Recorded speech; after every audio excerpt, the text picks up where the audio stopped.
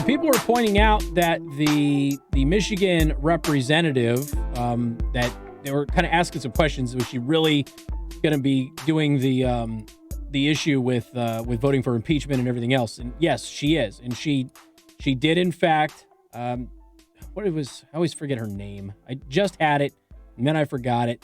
And sorry, wait, she's from Michigan. Whatever, it is what it is. But anyway. So she is voting for impeachment. She flipped the Republican district blue, and so the Republican district is really upset with her. What did you expect? What you have to understand what's happening. You know, we had somebody talk about this on Friday, where they called on Friday and they go, "Why are Republicans surprised that this is what the Democrats are doing? They told us they were going to do this." And I know that there were some who ran for office who said, "Oh, no, I won't do that at all." And you have to understand something. Freshman members of Congress have no power to do anything. They have to do whatever they're told to do. This is one of the things I do like about Alexandria Ocasio-Cortez. She doesn't do what anybody wants her to do. She just kind of does what she wants. But she's the rarity. And she's going to pay a political price most likely for it. With that said, you know, we'll see. But generally speaking, you get there, especially if you're in a district that is the opposite of you. Like she's in a red district, she flipped it blue. You know, she's dealing with a red district who is outraged. She wants to impeach the president. She wrote an op-ed in the Detroit Free Press. She says, "Absolutely, I'm going to support impeachment." She tried to explain it at a town hall. She got shouted down. People are very mad at her, and you can't really blame them. You can't blame them for being mad at her. But at the same time, the voters made their choice, right? So you have to understand that this is tribalist, and they are going to immediately fall in line, do what they're doing. Now, with that said, there's a couple of other interesting developments. In fact, I just saw that somebody just mentioned that Cenk Uygur, however you say his last name, the guy from the Young Turks, who announced that he was going to run for that lady who got caught with the nude photos with her aide cheating on her husband, then cheated on her husband and her girlfriend with the new guy. And she actually violated rules of Congress by doing that. That she stepped down, and then Cenk is going to run for her district. Well, Cenk has been accused of sexual impropriety in the past. Cenk has had David Duke on the show. Cenk has mentioned legalizing bestiality, all sorts of stuff. Bernie Sanders pulled his endorsement of Cenk, so that's happening. But then you have a Democrat who's going to flip Republican. New Jersey freshman Democrat Jeff Van Drew, his election was in a GOP-held district as well. So you've got we're now talking about two Democrats who got elected in Republican districts, one in Michigan and one in New Jersey. The one in Michigan says she's still going to go forward with impeachment, and her district is furious with her. In New Jersey, he now says he's going to change parties. And guess what? He's changing parties over impeachment. Interesting.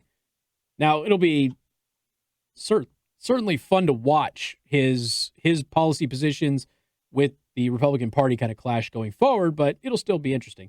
Let's see. New Jersey Representative Jeff Van Drew, whose election to a GOP-held district last fall helped Democrats flip the House, plans to switch parties after meeting with President Donald Trump at the White House on Friday. The members of his party were already wishing him good riddance. This party switch is cynical and desperate, and I am confident that a Democrat who shares the values and priorities of our Democratic Party will hold this seat, said New Jersey Governor Phil Murphy. Okie dokie. Van Drew also had already announced that he planned to vote against the two articles of impeachment against the president because they're crap. Van Drew was one of only two Democrats, both members of more conservative Blue Dog Coalition, who voted against an impeachment resolution in the House in October.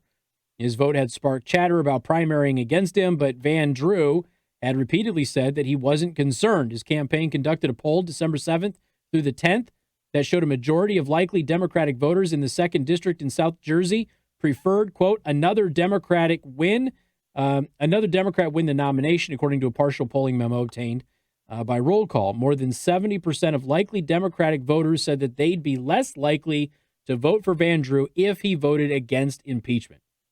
That's how crazy they are. His position is pretty clear. You know, and like I said, flipping parties, it'll be interesting to see with his other policy positions how that works out. But at the same time, if he's looking at this. He's going, there's no legal reason to impeach here. None whatsoever. There's no impeachable offense.